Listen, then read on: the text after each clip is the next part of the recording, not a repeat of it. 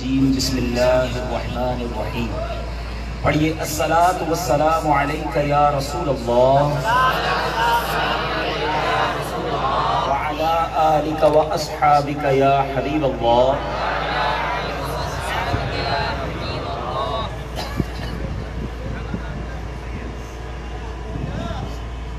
الصلاۃ والسلام علیک یا نبی اللہ وعلی آلک واصحابک یا نور اللہ.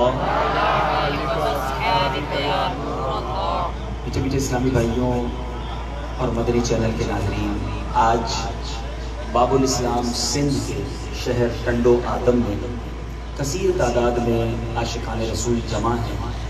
دعوت اسلامی کا ہفتہ وار سنت و برات اجتماع ہر جمعرات بعد نماز مغرب دنیا کے ہزاروں مقامات پر ہوتا ہے، اور ان میں سے ایک مقام آج ہمارا فیضان مدینہ ٹنڈو آدم ہے. اور الحمدللہ آج ہم سارے یہاں جمع ہیں. رب کریم ہم سب کا جمع ہونا اپنی بارگاہ میں قبول فرمائے. میں دل کی گہرائیوں سے بالخصوص شکریہ ادا کروں گا ہمارے نگران کابینات عامر بھائی کا. بڑا زبردست ان کا فالو اپ ہے، اور انہوں نے کافی عرصے سے حکم فرما رہے تھے، تو آج میری حاضری ہوئی ہے. اور یقیناً یہ ہمارے لیے سعادت ہے کہ ہم کہیں جا کر اگر نیکی کی دعوت دے سکیں. اللہ کریم ہم سب کا جمع ہونا، اور بالخصوص آج جمعرات کی رات ہے، رحمت فضائل و برکات ہے. شان ہے جس نے دن اور رات میں میری طرف سے، جس نے دن اور رات میں میری طرف شوق و محبت کی وجہ سے 3 مرتبہ درود پاک پڑھا. اللہ تعالیٰ پر حق ہے کہ وہ اس کے اس دن اور اس رات کے گناہ بخش دے. سبحان اللہ. اب سوچیں 3 بار درود پاک پڑھنے میں وقت کتنا لگتا. ابھی ہم نے ماشاءاللہ 4 بار تو مل کے پڑھا. چلیں ایک بار پھر جمعرات کی رات ہے، مل کے پڑھ لیتے ہیں. الصلاۃ والسلام علیک یا رسول اللہ وعلی آلک واصحابک یا حبیب اللہ. الصلاۃ والسلام علیک یا نبی اللہ وعلی آلک واصحابک یا نور اللہ. یعنی سیکنڈوں میں ہم کتنی ساری نعمتیں، کتنا سارا ثواب کما سکتے ہیں، مگر ہم فضول باتوں میں بہت سا وقت گزارتے ہیں. پہلے فضول باتیں تھیں، پھر بدقسمتی سے فضول چینل آ گئے. لوگ ٹی وی پر اپنا گھنٹوں ضائع کرنے لگے، اور اب ٹی وی چھوڑ کر موبائل آ گیا ہے. اب جس کو دیکھو موبائل میں گھنٹوں وقت ضائع کرتا ہے. سوشل میڈیا پر، انٹرنیٹ پر بیٹھے ہیں تو بیٹھے ہی ہیں. مجھے بتائیے نا، اتنے گھنٹے ضائع کیے، چند درود پڑھ لیں، چند بار اللہ کا ذکر کر لیں، اتنی آسانی سے ہم نیکیاں کما سکتے ہیں کہ جس کو کوئی شمار ہی نہیں کر سکتا. کتنے سارے اسلامی بھائی ہیں، ذرا مل کر کہیے سبحان اللہ. اب کہیے الحمدللہ. اب کہیے اللہ اکبر. میرا خیال ان تینوں جملوں کو کہنے میں ہمیں 30 سیکنڈ بھی نہیں لگے. 1 منٹ نہیں، 1 منٹ کا آدھا منٹ مشکل سے لگا ہوگا. ایسے 30 سیکنڈ لگے نا. اب جتنے اسلام میں یہاں بیٹھے بڑی تعداد میں، کیا ہم سب مل کر اپنے سارے پیسے ملا کر جنت میں ایک درخت خرید سکتے ہیں؟ ہے کسی کے پاس یہ پاور؟ ٹنڈو آدم میں زمین تو خرید سکتے ہیں، ٹھیک ہے جناب، بڑا پلاٹ بھی لے سکتے ہیں، کمرشل پلاٹ بھی خرید سکتے ہیں اگر پیسے زیادہ ہوں. مگر دنیا میں کتنا ہی پیسے والا کیوں نہ ہو، وہ چاہے تو جنت میں درخت نہیں خرید سکتا. مگر میرے نبی کے سچے وعدے ہیں، جو ایک بار سبحان اللہ کہے اس کے لیے جنت میں درخت لگا دیا جاتا ہے. ایک بار الحمدللہ کہے جنت میں درخت لگا دیا جاتا ہے. ایک بار اللہ اکبر کہے جنت میں درخت لگ جاتا ہے. آپ نے سنا حدیث پاک کہ 3 بار صبح 3 بار شام درود پڑھ لے، اللہ اس دن کے گناہ معاف فرما دیتا ہے. کتنی جلدی کتنی ساری نیکیاں کما سکتے ہیں، مگر نہیں، فضول باتیں کرنی، بیٹھنا ہے. ہماری وہ سندھی میں کہتے کچہری لگانی. اب وہ کچہری لگا کر جو بیٹھے ہیں وہ کیا کر رہے ہیں؟ خود سوچیں. فضول باتیں، بعض اوقات غیبت، بعض اوقات کسی کا مذاق اڑانا. اگر ہم اپنے وقت کو قیمتی بنائیں اور اس میں زیادہ سے زیادہ اللہ اور اس کے رسول کا ذکر کریں تو یقین جانیے آپ روزانہ بہت ساری نیکیاں اکٹھی کر سکتے ہیں. تو آج تو جمعرات کی رات ہے، کل جمعہ کا دن، ویسے تو پورا دن پورا ہفتہ ہی درود پڑھنا چاہیے، اسپیشلی خاص طور پہ جمعہ کا جو دن ہے نا وہ خاص درود پڑھنے کا دن ہے۔ جمعرات کی رات اور جمعہ کا دن یہ خاص درود پڑھنے کا وقت ہے۔ اللہ کے حبیب صلی اللہ علیہ وسلم فرماتے ہیں، جس کا مضمون ہے جمعہ کے دن جو کوئی شخص 200 بار درود پاک پڑھے اس کے 200 برس کے گناہ معاف کر دیے جاتے ہیں۔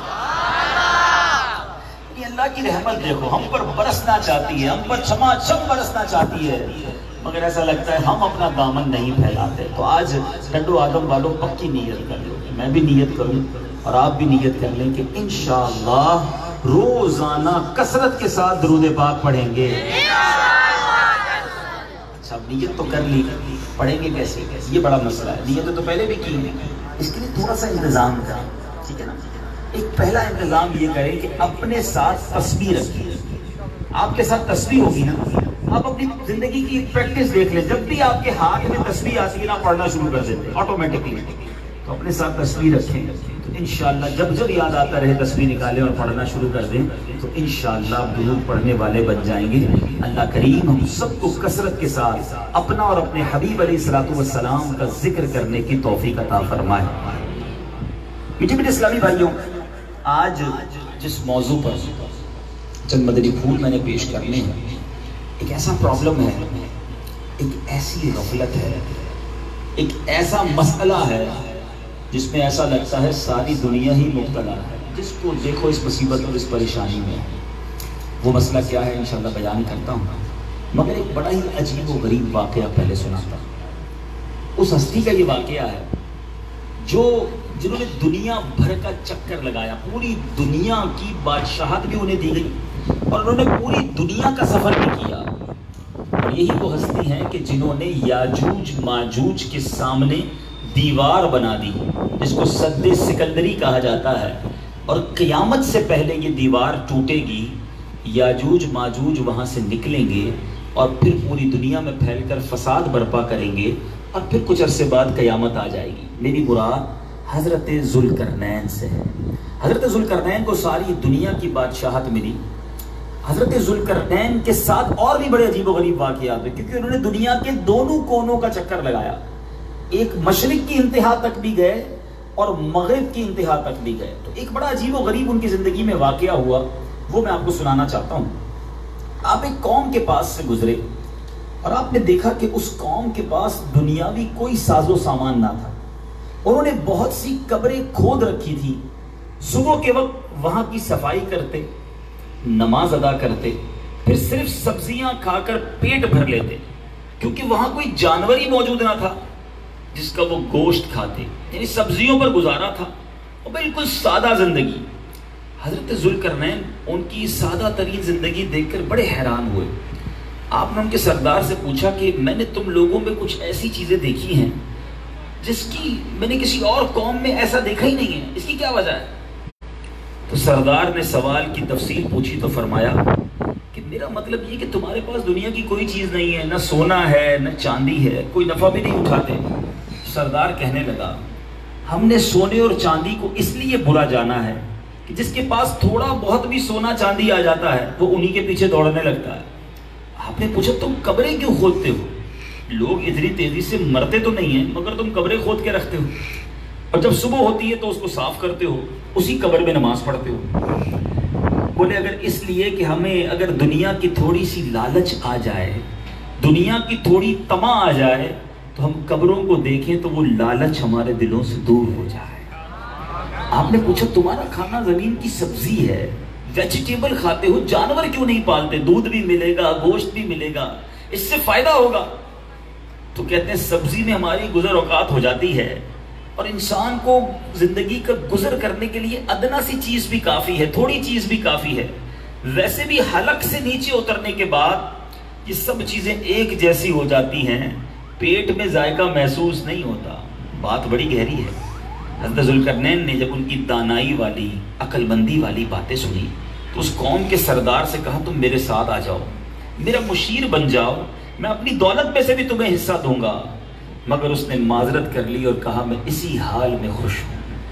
میرے میٹھے اسلامی بھائیوں، حضرت ذوالقرنین کا جس قوم پر گزر ہوا ان کا انداز مجھے اور آپ کو بہت کچھ سکھاتا. 2 باتیں کروں گا پھر اپنی موضوع کو آگے لے کے چلوں گا. اس قوم کی جو سردار نے بات کہی کہ قبرستان قبر کے قریب اس لیے رہتے ہیں, قبر میں اس لیے جا کر نماز پڑھتے ہیں کہ آخرت یاد رہے. میں آج سے تھوڑے دنوں پہلے عرب امارات میں تھا, ایک بڑی بزنس پرسنالٹی سے میری ملاقات ہوئی. اس بندے نے بڑی کمال کی بات کہی. اس نے کہا میرے والد صاحب جب میں چھوٹا تھا, میرے والد صاحب مجھے انگلی پکڑ کر گھر سے نکلتے تھے, سب سے پہلے قبرستان لے جاتے اور مجھے قبریں دکھا کر کہتے کہ بیٹا دیکھ لو تمہاری آخر یہی ہے, آنا یہی ہے, قبر کتنی چھوٹی ہے, دنیا میں جو کرنا ہے کر لو, تمہارا اینڈ یہاں ہونا ہے.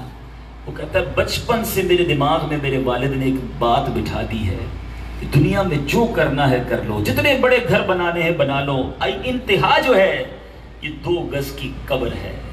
تو پھر میں بےمانی نہیں کرتا, پھر میں حرام نہیں کماتا, پھر میں برے کام کی طرف جاتا ہوں تو مجھے وہی قبر یاد آ جاتی ہے. میٹھے میٹھے اسلامی بھائیوں, یہ جو قبرستان ہے نا, یہ ہم سب کے لیے زبردست میسج ہے, زبردست پیغام. ہم میں کوئی ایسا نہیں ہوگا جس نے قبرستان نہیں دیکھا, مگر کبھی ایسا ہوا کہ قبرستان دیکھ کر مجھے یہ فکر ہوئی ہو کہ مجھے بھی آنا ہے, اور یہاں آنا ہے تو کیسے آنا ہے. یہ قبریں جو ہے نا, یاد رکھیے ساری ایک جیسی دکھتی ہیں. مثال کے طور پہ اگر آپ کے ٹنڈو آدم میں, مجھے نہیں پتا, لیکن اگر کوئی بہت اچھی سوسائٹی ہو جہاں سارے مکان ایک جیسے خوبصورت بنے ہوئے ہوں, تو باہر سے دیکھنے والا پہچان جائے گا کہ سب لوگ بڑے امیر ہیں, اچھے مکان ایک جیسے بنے ہوئے ہیں. اندر رہنے والا بڑا خوشحال ہوگا. مکان دیکھ کر مکین کی خوشحالی کا اندازہ کیا جا سکتا ہے, مگر قبر دیکھ کر مردہ اندر کیسے ہے یہ کوئی نہیں بتا سکتا. ساری قبریں ایک جیسی ہیں, مگر کوئی قبر میں جنت کے باغ میں ہے اور کسی کی قبر جہنم کا گھڑا بنی ہوئی ہے. کسی کی قبر میں جنت کی کھڑکی کھلی ہوئی ہے اور جنت کی ٹھنڈی ہوائیں اسے آ رہی ہیں. تو قریب ہی کوئی قبر ایسی بھی ہوگی جس میں سانپ اور بچھو ڈیرا ڈالے ہوئے.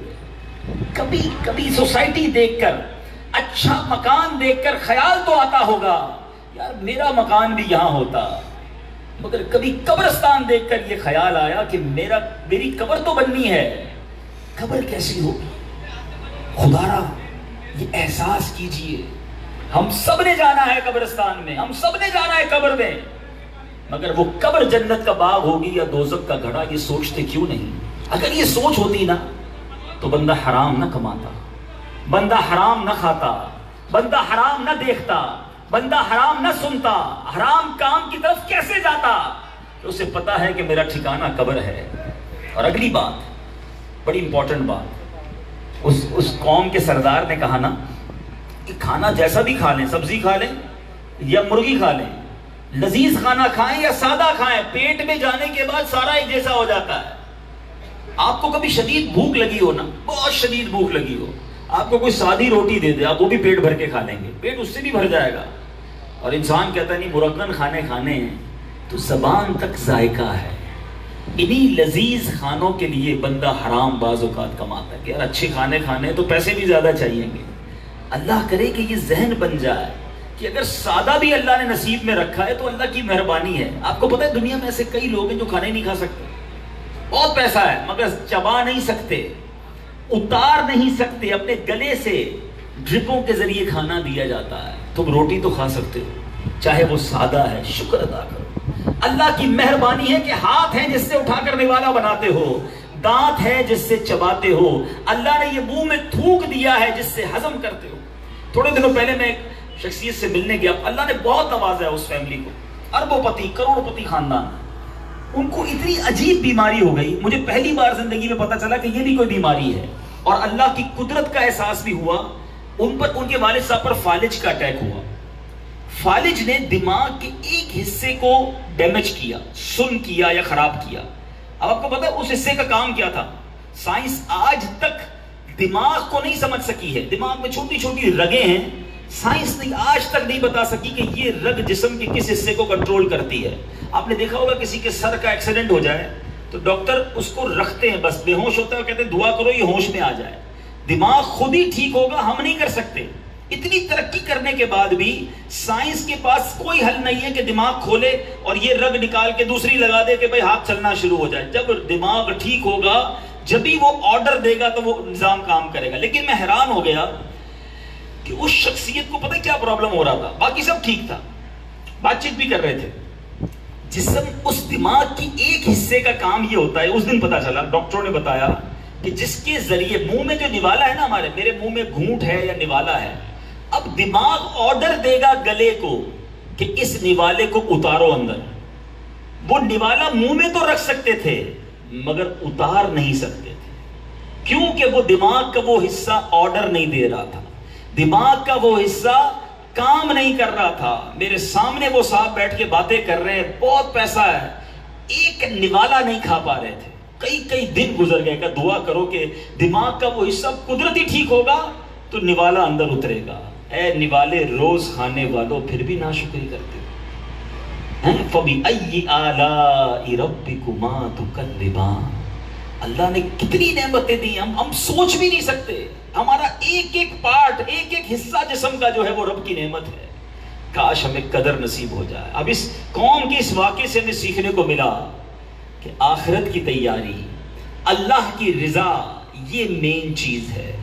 ہمارے بزرگان دین کس طرح نیکیوں کی لالچ میں ہوتے تھے, اور آج جس کو دیکھو اس کو مال کمانے کی لالچ ہے, دنیا میں آگے بڑھنے کی لالچ ہے. یاد رکھیے گا میٹھے اسلامی بھائی, یہ جو خواہشات ہیں نا, نفسانی خواہشات, یہ کبھی ختم نہیں ہوں گی. ایک بزرگ کے پاس ایک شخص آیا, کہا حضور میرے 4 بچے, میری 5,000 روپے تنخواہ, دعا کر دیجئے, گزارا نہیں ہوتا. آپ نے ہاتھ اٹھائے, دعا کی, یا اللہ اس کے رزق کے حلال میں برکت دے. تھوڑی دیر بعد ایک بندہ آیا, کہتا ہے حضور میرے 4 بچے, میری 10,000 روپے تنخواہ ہے, دعا کر دے, میرا گزارا نہیں ہوتا. بزرگ نے ہاتھ اٹھائے, دعا کی, یا اللہ اس کے رزق کے حلال میں برکت دے. تھوڑی دیر ہوئی, ایک اور بندہ آیا, کہا حضور میرے 4 بچے, 50,000 روپے تنخواہ ہے, میرا گزارا نہیں ہوتا, میرے رزق میں برکت کی دعا کر دیں. بزرگ کہتے ہیں دیکھو کسی حال میں بندہ خوش نہیں, جس کو زیادہ ملا ہے اس کو اور زیادہ لینا. ارے آؤ نا, نیکیوں کی ریس لگاتے ہیں, آگے بڑھنا ہے تو عبادت میں آگے بڑھے نا. نیکی, یہ تو مال کی ریس ہے نا, جو مال کی ہر سے کبھی ختم نہیں ہوگی. اب اس واقعے سے سمجھیے گا, کسی سلطنت میں ایک بڑا بادشاہ تھا, بڑی شان و شوکت, اس کے ساتھ اس کی جناب پورا لشکر چلتا تھا, اور وہ اس کو اپنے جواہرات پر, سونے پر, خزانے پر بڑا ناز تھا. ایک بار وہ بادشاہ کہیں سے گزرا تو اب ساتھ محافظوں کا دستہ بھی تھا. اب ایک فریادی بھی فریاد کر رہے تھے, تو اسے محل کے قریب ایک فقیر نظر آیا, پرانے سے کپڑے تھے, ایک طرف بڑے بے نیاز انداز میں بیٹھا تھا, قریب بھی نہیں آ رہا تھا, مانگ بھی کچھ نہیں رہا تھا. بادشاہ نے اس فقیر کو کہا کہ تم کچھ نہیں مانگ رہے, مانگو, آج ہم تمہیں بھی دیں گے. فقیر ہنسنے لگا, کہا کہ آپ مجھے کیسے دیں گے, کیا میں جو مانگوں گا وہ دے دیں گے؟ بادشاہ نے کہا میں بادشاہ ہوں, میں تیری ہر خواہش پوری کر سکتا ہوں, یہ کیسی بات کی تو نے, تو فقیر ہے, تو مانگ, تجھے کیا چاہیے, میں بادشاہ, میرے پاس بہت مال ہے.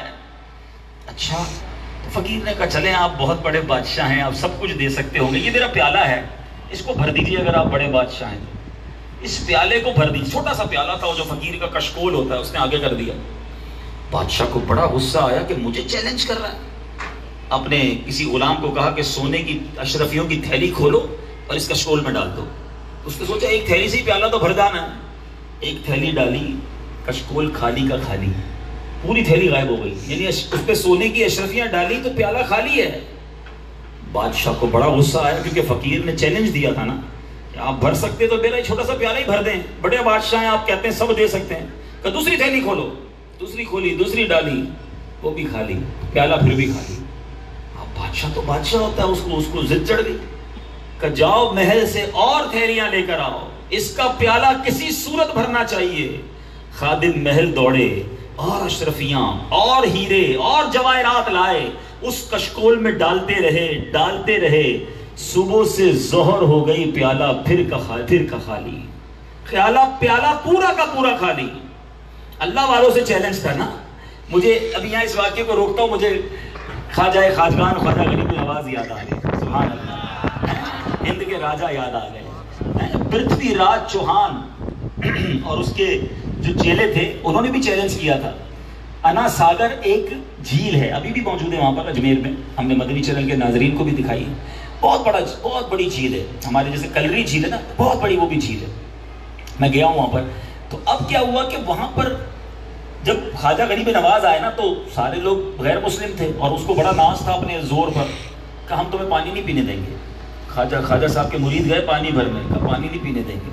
کہا اچھا ایسا کریں، خواجہ صاحب نے کہا اس کو یہ کہہ دو کہ ایک پیالہ ایک چھاگل بھرنے دو، اس کے بعد پانی نہیں لیں گے تمہارا.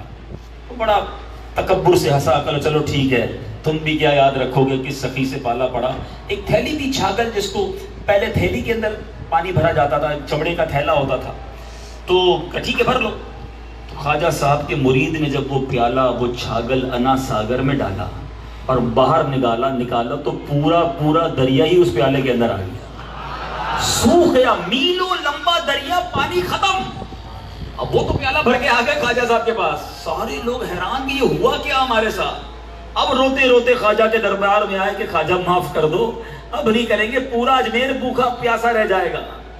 اللہ والے ہوتے. خواجہ نے کہا جاؤ واپس جا کر پیالہ وہ چھاگل انا ساگر میں ڈال دو. آج 800 سال ہو گئے ہیں انا ساگر ویسے کا ویسے بھرا ہوا. چاہیں تو اشاروں سے اپنے کایا ہی پلٹ دیں دنیا کی، چاہیں تو اشاروں سے اپنے کایا ہی پلٹ دیں دنیا کی. یہ شان ہے ان کے غلاموں کی، سرکار کا عالم کیا ہو. ماشاءاللہ اذان ہو رہی ہے، اذان کا جواب دے دیں پھر انشاءاللہ مزید بیان کو آگے چلیں.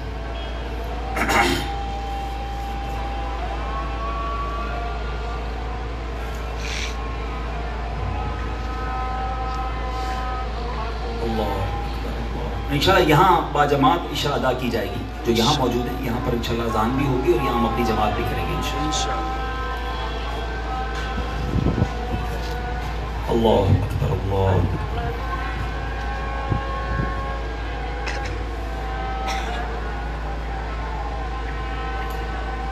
اشہد ان لا الہ الا اللہ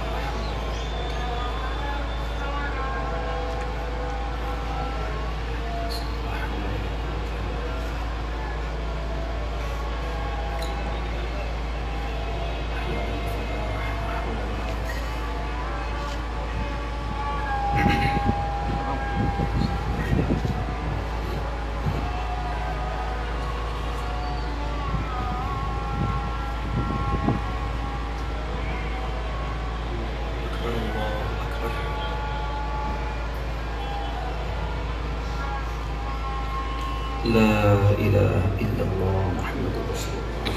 اللهم رب هذه الدعوة التامة والصلاة القائمة آت محمد الوسيلة والفضيلة والدرجة الرفيعة وابعثه مقاما محمودا الذي وعدته واجعلنا في شفاعته يوم القيامة إنك لا تخلف الميعاد. جی جناب، تو اب وہ بادشاہ کے کارندوں نے تقریباً آدھا خزانہ اپنا محل کا لائے اور اس کے پیالے میں ڈالتے گئے، مگر جو ہے وہ پیالہ جو ہے وہ خالی کا خالی رہا. چلے میرا خیال ہے قریب سے اور اذان ہو رہی ہے، اس کا بھی جواب دے دیتے ہیں.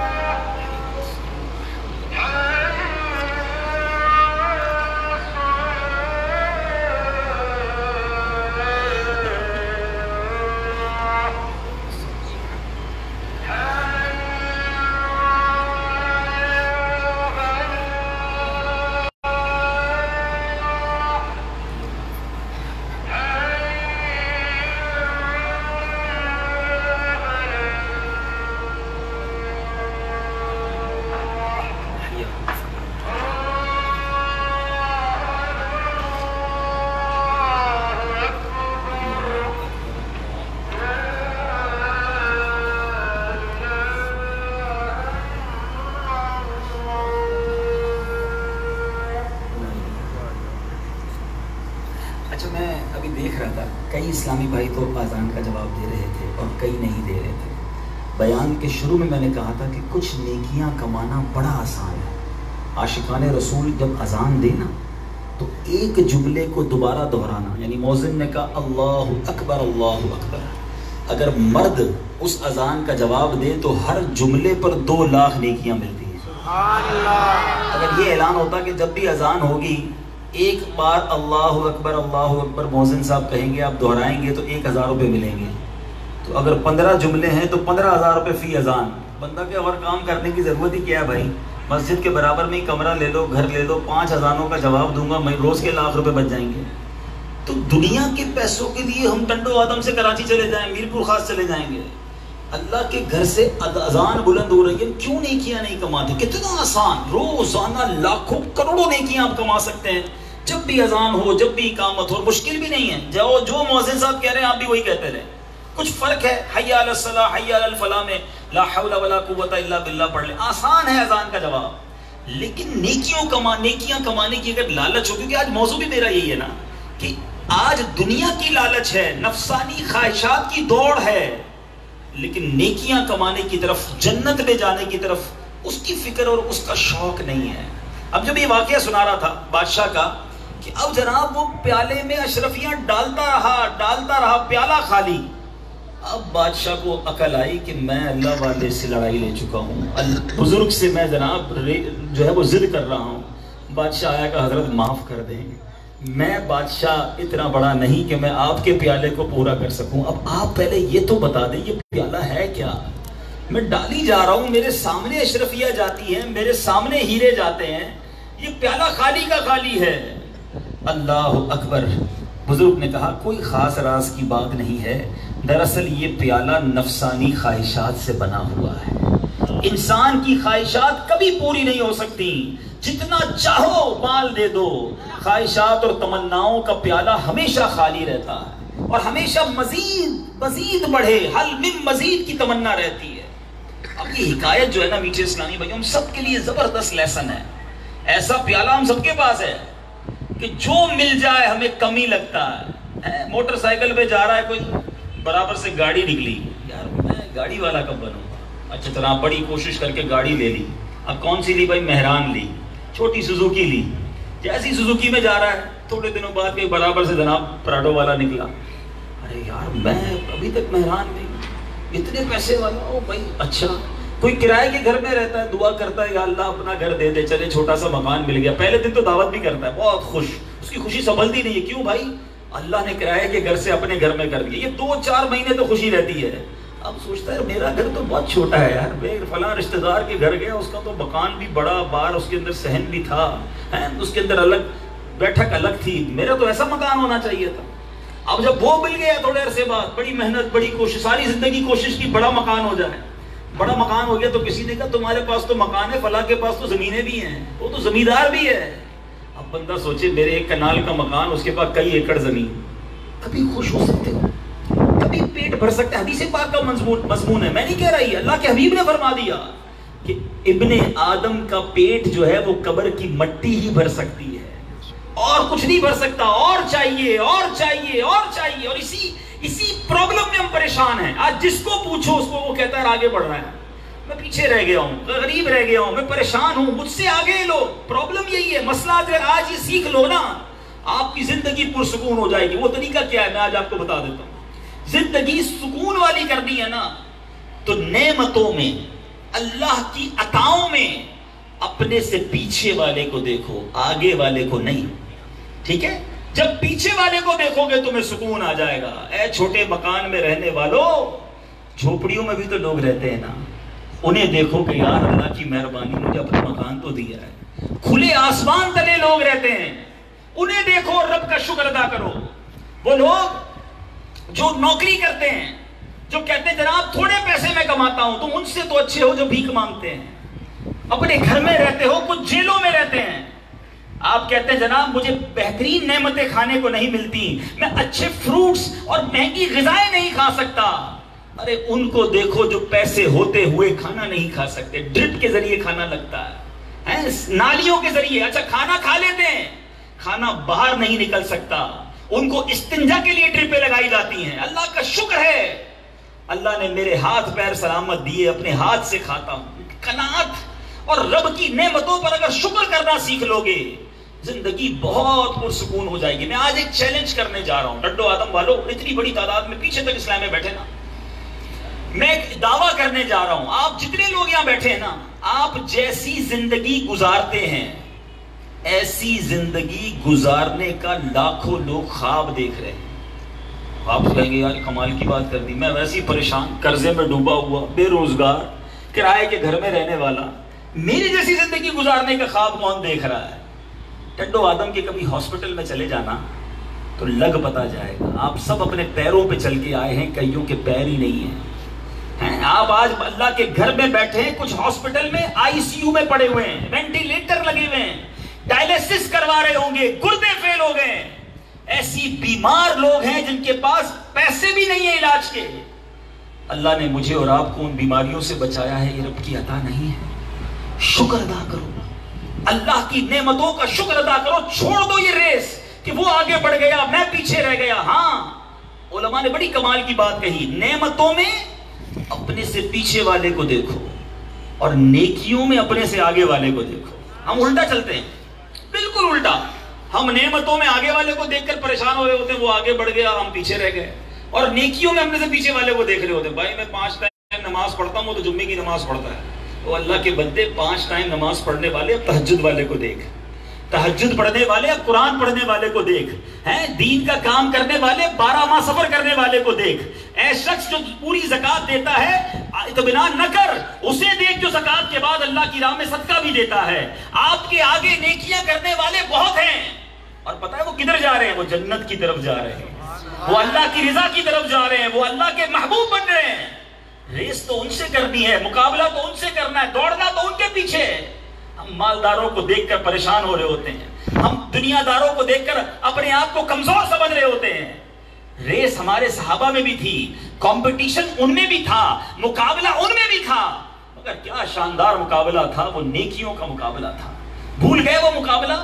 غزوہ تبوک کا موقع تھا, نبی پاک صلی اللہ تعالی علیہ وسلم نے اعلان کیا کہ آج اللہ کی راہ میں صدقہ دو.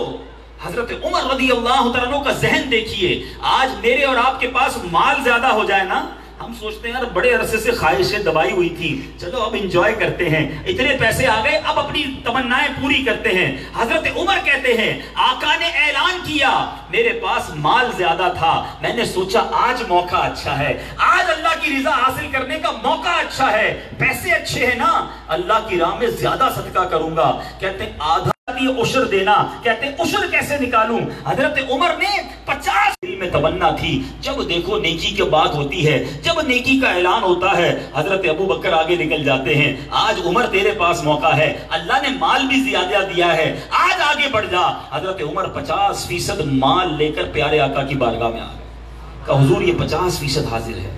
اللہ کے حبیب نے کہا اے عمر گھر پہ کیا چھوڑا ہے؟ کہا حضور آدھا یہاں لے آیا ہوں, آدھا گھر چھوڑ آیا ہوں. اب کہتے مجھے انتظار تھا کہ ابو بکر کیا لاتے ہیں, مقابلہ تھا نا. ہم تو کہتے میری 125 ہے تو مجھے اس سے اچھی سکوٹر لینی ہے, اچھا اس نے یہ والا موبائل لیا ہے, میں نے اب اس سے اچھا موبائل لینا ہے, اس نے اپنے بچے کی شادی ایسے کی ہے, میں نے اس سے اچھی کر کے دکھانی ہے. توبہ توبہ توبہ, یہ اس مسلمانوں کا کام نہیں. سیکھو صحابہ کرام سے, انہوں نے کہا اب مجھے دیکھنا تھا ابو بکر کیا لاتے ہیں. مقابلہ کیسا تھا, اب حضرت ابو بکر کیا لائے. سنو, اللہ کے حبیب علیہ الصلوۃ والسلام کی بارگاہ میں چھوٹا سا, ہماری وہ میمنی سندھی میں تو پوٹلی لے کر آئے, کاندھے پر اٹھا کر, بنڈل تھا ایک, زیادہ مال بظاہر نہیں تھا, لے کر آئے اور اللہ کے حبیب علیہ الصلوۃ والسلام کی بارگاہ میں ڈھیر کر لیا. نبی پاک فرماتے ابو بکر کیا لائے ہو؟ کہ حضور گھر میں جو کچھ تھا سب لے آیا ہو. ابو بکر گھر والوں کے لیے کیا چھوڑا ہے؟ کہ حضور گھر والوں کے لیے اللہ اور اس کا رسول کافی ہے. اب سنو صلہ کیا ملا. سنو, جو اللہ کی راہ میں اس طرح خرچ کرتے ہیں نا, اور اتنی محبت کرتے ہیں اللہ اس کے رسول سے. حضرت ابو بکر نے ایسا سویپ کیا تھا, ایسا جھاڑو لگایا تھا اپنے گھر میں کہ جو بٹن تھے نا کرتے کے, وہ بٹن بھی راہ خدا میں دے دیے. کانٹے لگائے تھے. جبریل امین نبی پاک کی بارگاہ میں آئے. جبریل امین نے پیارے آقا علیہ الصلوۃ والسلام کی بارگاہ میں جب حاضری دی تو حضرت جبریل کے کرتے پر بھی کانٹے لگے ہوئے تھے. پیارے آقا نے کہا اے جبریل یہ کیسا لباس پہنا ہے, آج تم نے عجیب لباس پہنا ہے. عرض کرتے ہیں آقا آج میں نے نہیں, اللہ کو ابو بکر کی ادا ایسی پسند آئی ہے, آج آسمانوں پر جتنے فرشتے ہیں سب نے ایسا لباس پہنا ہے. یہ ہے صحابہ کرام, یہ ہے ان کا انداز. ہم تو کسی کے گھر مہمان بھی بنتے ہیں نا تو اس لیے بنتے دیکھوں اس کا ڈرائنگ روم کیسا ہے, اس کا فرنیچر کیسا ہے, اس کا گھر کیسا ہے, تاکہ میں اور آگے بڑھوں. اس حسد نے, اس ریس نے, اس جیلسی نے ہمیں کہیں کا نہیں چھوڑا. صبر کرو, شکر کرو, جو دے دیا اللہ نے وہ اللہ کی مہربانی ہے. میں آپ سے پوچھنا چاہتا ہوں جس کے کروڑوں گناہ ہوں اس کو تو کچھ نہیں ملنا چاہیے تھا.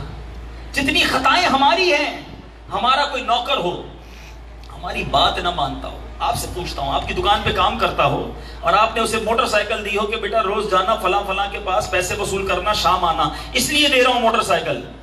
ایک دن دیکھے تو کہیں نہ گیا, دوسرے دن بھی نہیں گیا, تیسرے دن بھی نہیں گیا, موٹر سائیکل ویسے ہی کھڑی, آپ کیا کریں گے؟ موٹر سائیکل کی چابی واپس دو. اس لیے تھوڑی دی تھی, تم کو دی اس لیے تھی کہ کام کرو. آپ نے جس کام کے لیے موٹر سائیکل دی اس نے نہیں کیا, آپ نے واپس لے لی. اللہ نے آنکھ کس لیے دی تھی؟ حرام دیکھنے کے لیے, فلمیں دیکھنے کے لیے, ڈرامے دیکھنے کے لیے, بے پردہ عورتوں کو دیکھنے کے لیے. ہونا کیا چاہیے تھا؟ آنکھ حرام دیکھتی, اللہ آنکھ واپس لے لیتا, ہم اندھے ہو جاتے. ہاتھ حرام کام کے لیے نہیں دیے, جو ظلم کے لیے, حرام کے لیے ہاتھ اٹھاتا اس کے ہاتھ واپس لے لیے جاتے. جو پیر سنیما گھر, جوا کھانے, شراب کھانے, مسلمانوں کو تکلیف پہنچانے کے لیے چلتے, انہیں لنگڑا کر دیا جاتا. جو زبان جھوٹ بولتی, گالی نکالتی, حرام باتیں کرتی, بے حیائی کی باتیں کرتی, وہ زبان گونگی کر دی جاتی. اصول یہ کہتا ہے, عقل بھی یہ کہتی ہے, دینے والا وہ ہے, مالک وہ ہے, مگر اب اس کی دی ہوئی چیزوں کو اس کی نافرمانی میں صرف کر رہے ہیں. پھر بھی وہ واپس نہیں لے رہا ہے, پھر بھی کھانا کھلا رہا ہے, پھر بھی لباس پہنا رہا ہے, پھر بھی نعمتیں دے رہا ہے, اور ادھر میں پھر بھی شکوے کر رہا ہوں کہ مجھے کچھ نہیں دیا. خود سوچو ہم کتنی بڑی گستاخی کر رہے ہیں. صبر کرو, شکر کرو اور معافی مانگو. یا اللہ میں تو اتنا خطا کار ہوں, جو تو نے دیا وہ بھی بہت ہے, میں تو اس قابل بھی نہیں ہوں. اور مزید اگر کسی کا ذہن نہ بنتا ہو نا, جو یہ سوچتا ہو کہ جناب مجھے کچھ نہیں ملا. ایک بار ایک بزرگ کے پاس ایک شخص آیا, کہا حضور اللہ نے مجھے تو کچھ دیا ہی نہیں ہے.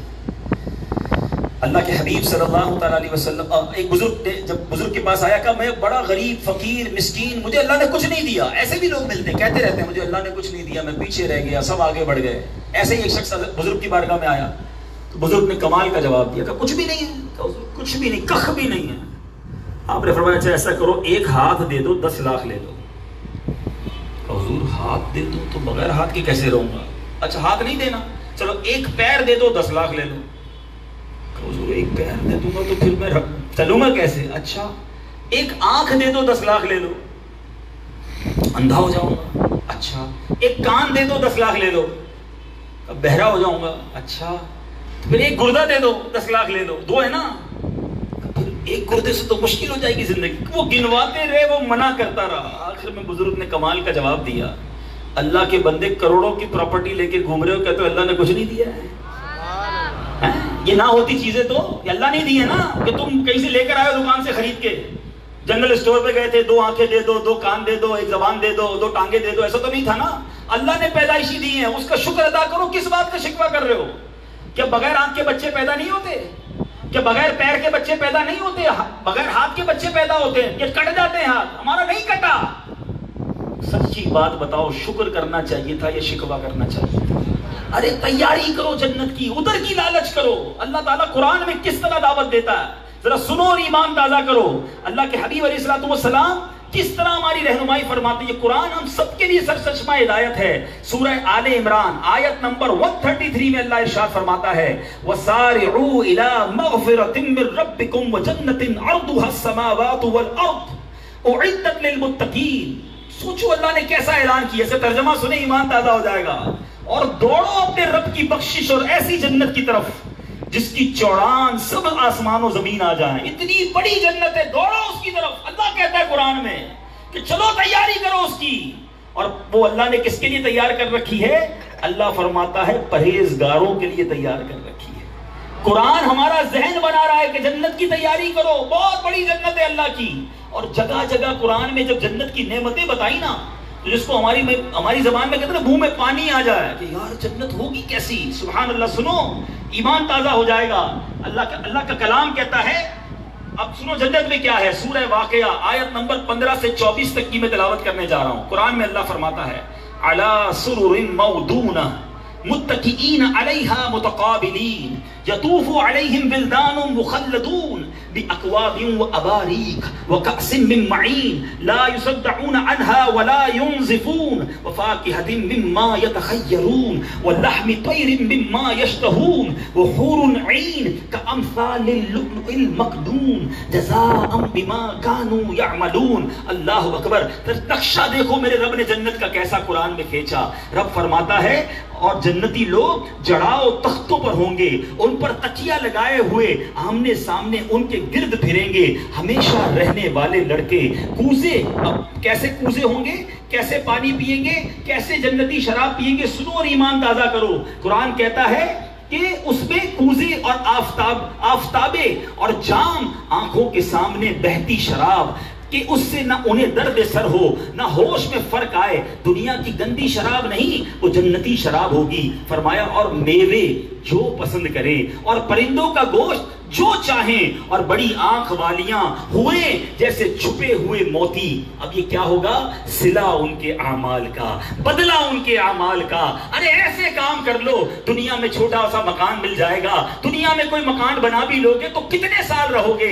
ایسی زندگی گزار لو کہ جنت کی نعمتیں ہمارا حق بن جائے، اللہ ہمیں جنت میں داخل فرما دے۔ اے میرے میٹھے اسلامی بھائیوں، آج سے الٹا چکر چلانا شروع کر دو۔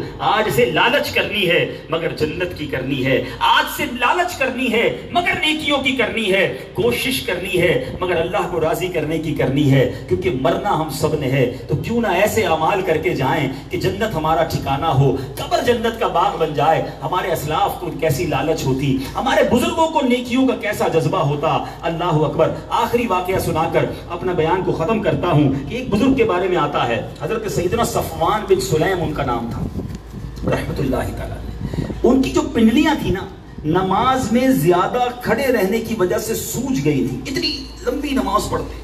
آپ اس قدر کثرت سے عبادت کرتے کہ اگر بالفرض آپ سے کہہ دیا جائے کہ کل قیامت ہے تو آپ اپنی عبادت میں کوئی اضافہ نہ کر سکتے، کیونکہ جتنی کر رہے تھے وہی پوری ہو جاتی، اور ٹائم نہیں تھا اور عبادت کا۔ اور فرماتے جب سردی کا موسم آتا، سنو ٹنڈو جام والوں، مجھے پتا ہے آج آپ نے اجتماع باہر صحن میں کیوں رکھا، دو وجہ ہو سکتی ہیں۔ ایک تو یہ کہ تعداد زیادہ ہوگی، اور ایک یہ کہ اندر گرمی ہوگی، ٹھنڈی ہوا آ رہی ہے ماشاءاللہ۔ لیکن ہم گرمیوں میں کیا کرتے ہیں؟ کسی کو کہیں گرمیوں میں کہاں سونا ہے تو بندہ کہتا ہے چھت پہ سوئیں گے، ٹھنڈی ہوا آئے گی۔ اچھا سردیوں میں چھت پہ سوئیں گے؟ نہیں، سردیوں میں ٹھنڈ لگے گی، کمرے میں سوئیں گے۔ اچھی نیند اور سکون کے لیے ہم گرمیوں میں باہر رہتے ہیں، سردیوں میں اندر چلے جاتے ہیں، ایسا ہی ہے۔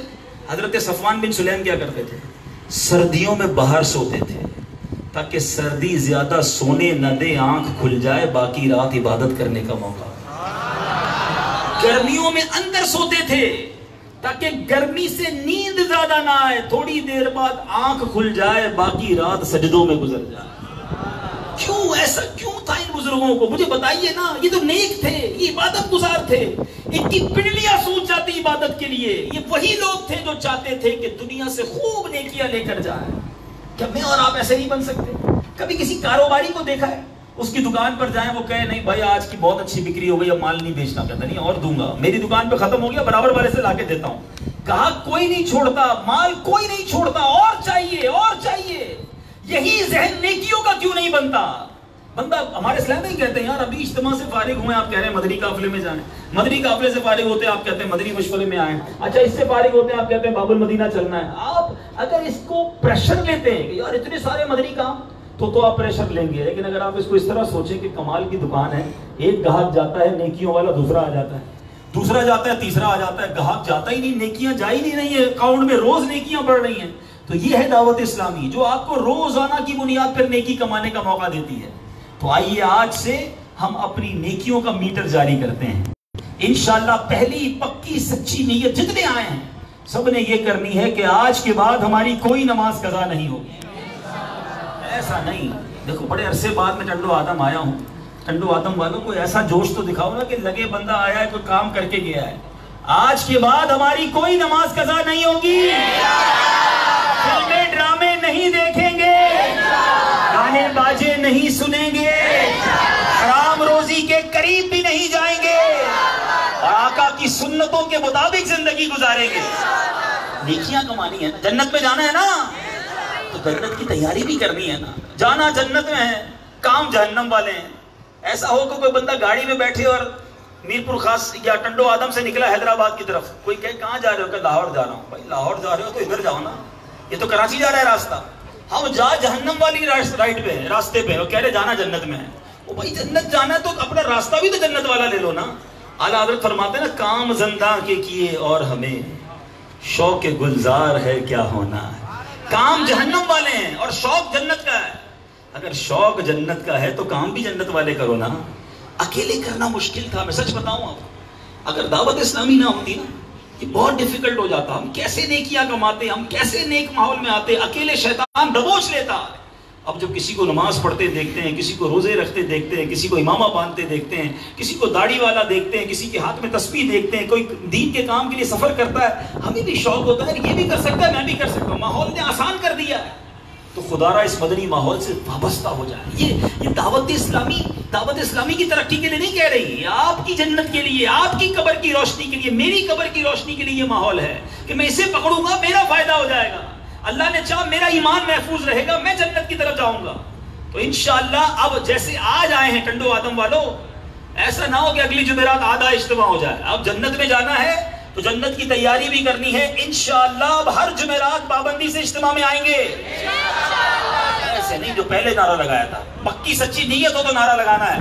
اب چلے ہر جمعرات کو تھوڑا سا مائنس کر دیتا ہوں, آج سے لے کر آج کی بھی گن لو, ٹھیک ہے, پہلی ہو گئی. اب 12 جمعرات تک پابندی سے ہفتہ وار اجتماع میں شرکت کریں گے. یہ ہوئی نا بات انشاءاللہ. اچھا, اب ایک اور بڑا پیارا کام ہے جنت کی طرف جانے کا اور نیک بننے کے لیے پریکٹیکل, وہ ہے مدنی قافلہ. ایک اعلان بھی تھا, مجھے اعلان بھی دے دیجیے گا. مدنی قافلہ, تو مدنی قافلے میں کیا ہوتا ہے؟ 3 دن کا جو مدنی قافلہ ہوتا ہے, خوش نصیب تو خیر ایک ماہ کے لیے جا رہے ہیں ماشاءاللہ. پہلے تو ہم حیران ہوتے تھے کہ دعوت اسلامی کے یہ دیکھیں ترقی دیکھیں دعوت اسلامی. یہ شاید بہت ساروں کی غلط فہمیاں بھی دور ہو جائیں گی. کچھ لوگ کہتے ہیں یار ہمیں وہ مدنی کام نظر نہیں آتا, پتہ نہیں ان کی آنکھیں بند ہوتی ہیں جو ان کو نظر نہیں آتا. میں نے تو ٹنڈو آدم میں اتنا بڑا اجتماع نہیں دیکھا تھا. لیکن بہرحال ان لوگوں کے لیے کہ جن کو تھوڑا اور شوق ہے دعوت اسلامی کی کارکردگی جاننے کا, سنو کہ دعوت اسلامی کے مدنی ماحول میں ٹرینیں چلتی تھی 3 دن اجتماع کے لیے, ہے نا. کئی ایسے ہوں گے جو ملتان اجتماع میں جاتے تھے, ایسا ہے نا ماشاءاللہ. کبھی سنا تھا کہ 1 ماہ کے قافلے کی ٹرین چل رہی ہے. کمال دیکھیں کہ ہر مہینے 3 دن کے مدنی قافلے کی نہیں, 1 ماہ کے مدنی قافلے کے مسافروں کی ٹرینیں چل رہی ہیں. اللہ نے وہ دن دکھائے دعوت اسلامی کو. تو یہ آپ سب سے بھی گزارش ہے کہ 1 ماہ کے 12 دن کے کم از کم 3 دن کے مدنی قافلوں میں ضرور سفر فرمائیں, تو انشاءاللہ برکتیں ملیں گی. اور بڑا پیارا اعلان بھی ہے کہ 10, 11, 12 اگست کو 3 دن کا یہ تربیتی اجتماع غالباً ہو رہا ہے عالمی مدنی مرکز فیضان مدینہ میں, جس میں دعوت اسلامی کے مدنی عطیات باکس کے دکاندار اسلامی بھائیوں کا, یعنی جن کی دکانوں پر مدنی عطیات باکس رکھے جاتے ہیں, انہیں بلایا جا رہا ہوگا شاید. تو وہ تمام اس بلکہ سارے ہی آ جاؤ یار, پاپا کی بارگاہ میں برکتیں لوٹ لیں گے انشاءاللہ, دیدار بھی ہو جائے گا. تو 3 دن کا یہ تربیتی اجتماع وہاں ہو رہا ہے, ورنہ سارے یہ نیت کر لیں انشاءاللہ. اور مجھے دیکھیں, مجھے پتا ہے عامر بھائی لوگوں نے کرنا کیا ہے میرے ساتھ. جب یہ فارغ ہوں گا تو دوبارہ کہیں گے اب اگلی ڈیٹ کب دے رہے ہیں, ٹھیک ہے. مجھے بہت اچھا لگا یہاں آ کر, لیکن مجھے زیادہ خوشی یہ ہوگی کہ عبدالحبیب بھائی آپ آئے تھے اور اس اجتماع کے بعد اتنے مدنی قافلے بڑھ گئے, اتنے درس بڑھ گئے, اتنے مدرسہ المدینہ بالغان بڑھ گئے. تو بندے کو ہوتا ہے نا دوبارہ آؤں گا. تو کوئی ایسی آج وعدہ کر سکتے ہیں آپ لوگ کہ انشاءاللہ مدنی قافلوں میں بھی سفر کریں گے انشاءاللہ. کم از کم ایک نیت کر لیں کہ جتنے اسلامی بھائیاں یہاں پر بقرہ عید سے پہلے اپنی سہولت سے, بقرہ عید سے پہلے بقرہ عید بھی اب قریب آ گئی ہے میرا خیال ہے, چلے بقرہ عید کو بھی آپ کو مائنس کر دیتے ہیں, یعنی یوں کرتے ہیں کہ اب یہ اگست کا مہینہ ہے, ہاں اگست کے مہینے میں پورے مہینے میں 3 دن کے مدنی قافلے میں سفر کریں گے انشاءاللہ. یہ کارکردگی مجھے مل جائے گی انشاءاللہ. تو اللہ نے چاہا تو پھر زندگی رہی تو حاضری ہو جائے گی انشاءاللہ. ارے واہ آ گیا بھائی. چلے 7 سپٹمبر. چلے میں یہ سوچ رہا تھا ٹرین کا اعلان نہیں آیا تو قادری کابینات سے 1 ماہ کے لیے ٹرین ٹنڈو آدم سے ہی پاک پتن کے لیے سفر کر رہی ہے. آئے ہائے بابا فرید کے شہر کی طرف. تو جناب کوشش کیجئے 1 ماہ والے بھی نام لکھا دیں اور یہ ٹرین بھی سفر ہو جائے تو کیا بات ہے مدینے کی. اللہ پاک آپ کو دنیا اور آخرت کی برکتیں نصیب فرمائے. چونکہ آج جمعرات ہے اور ہر جمعرات کو ہم اپنے کچھ درود پڑھتے ہیں, کچھ وظائف پڑھتے ہیں, تو آئیے اپنے معمولات پورے کر لیجئے. پھر انشاءاللہ کچھ اعلانات ہوں گے اور اس کے بعد انشاءاللہ ذکر اور دعا انشاءاللہ. بزرگوں نے فرمایا جو شخص ہر شب جمعہ یعنی جمعہ اور جمعرات کی درمیانی رات اس درود شریف کو پابندی سے کم از کم 1 مرتبہ پڑھے گا, موت کے وقت سرکار مدینہ صلی اللہ تعالیٰ علیہ وسلم کی زیارت کرے گا اور قبر میں داخل ہوتے وقت بھی یہاں تک کہ وہ دیکھے گا کہ پیارے آقا علیہ السلام اب اسے قبر میں اپنے رحمت بھرے ہاتھوں سے اتار رہے ہیں. اب کتنا پیارا درود ہے, سب مل کر پڑھ لیں. اللہم صلی وسلم وبارک علی سیدنا محمد النبی الأمی الحبیب العالی القدر العظیم الجاہ وعلی آلہ وصحبہ وسلم.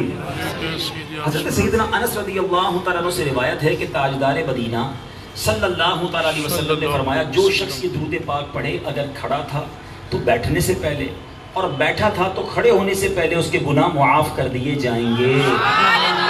آپ بھی پڑھ لیں. اللہم صلی علی سیدنا ومولانا محمد وعلی آلہ وسلم. تو یہ درود پاک پڑھتا ہے اس پر رحمت کے 70 دروازے کھول دیے جاتے ہیں. آپ بھی پڑھ لیں. صلی اللہ علی محمد صلی اللہ علی محمد. احمد صابی علیہ رحمت اللہ الہادی بعض بزرگوں سے نقل کرتے ہیں اس درود شریف کو 1 بار پڑھنے سے 6 لاکھ درود شریف پڑھنے کا ثواب حاصل ہوتا ہے. آپ بھی پڑھ لیں. اللہم صلی علی سیدنا محمد عدد ما فی علم اللہ صلاة دائمة بدوام ملک اللہ. ایک دن ایک شخص آیا تو نبی پاک علیہ السلام نے اسے اپنے اور صدیق اکبر رضی اللہ تعالی عنہ کے درمیان بٹھا لیا. اس سے صحابہ کرام کو تعجب ہوا کہ یہ کون ذی مرتبہ ہے. جب وہ چلا گیا تو پیارے آقا علیہ السلام نے فرمایا یہ جب مجھ پر درود پاک پڑھتا ہے تو یوں پڑھتا ہے. آپ بھی پڑھ لیجئے. اللہم صلی علی محمد کما تحب وترضى لہ. شافعی امم صلی اللہ تعالیٰ علیہ وسلم کا فرمان معظم ہے جو شخص یوں درود پاک پڑھے تو اس کے لیے میری شفاعت واجب ہو جاتی ہے. آپ بھی پڑھ لیں. اللہم صلی علی محمد وانزلہ المقعد المقرب عندک یوم القیامہ. حضرت سیدنا ابن عباس رضی اللہ تعالیٰ عنہما سے روایت ہے کہ سرکار مدینہ صلی اللہ تعالیٰ علیہ وسلم نے فرمایا اس کو پڑھنے والے کے لیے 70 فرشتے 1000 دن تک نیکیاں لکھتے ہیں. آپ پڑھ لیں. جزا اللہ عنا محمدا ما ہوا اہلہ. سبحان اللہ. نبی پاک علیہ السلام نے فرمایا جس نے اس دعا کو 3 مرتبہ پڑھا تو گویا اس نے شب قدر حاصل کر لی. آپ بھی پڑھ لیں. لا الہ الا اللہ الحلیم الکریم سبحان اللہ سبحان الله رب السماوات السبع ورب العرش العظيم ورب العرش العظيم. لا إله إلا الله لا إله إلا الله الحليم الكريم الحليم الكريم. سبحان الله سبحان الله رب السماوات السبع ورب العرش العظيم ورب العرش العظيم. لا إله إلا الله لا إله إلا الله الحليم الكريم الحليم الكريم. سبحان الله سبحان الله رب السماوات السبع ورب العرش العظيم ورب العرش العظيم. صلوا على الحبيب صلى الله عليه وسلم.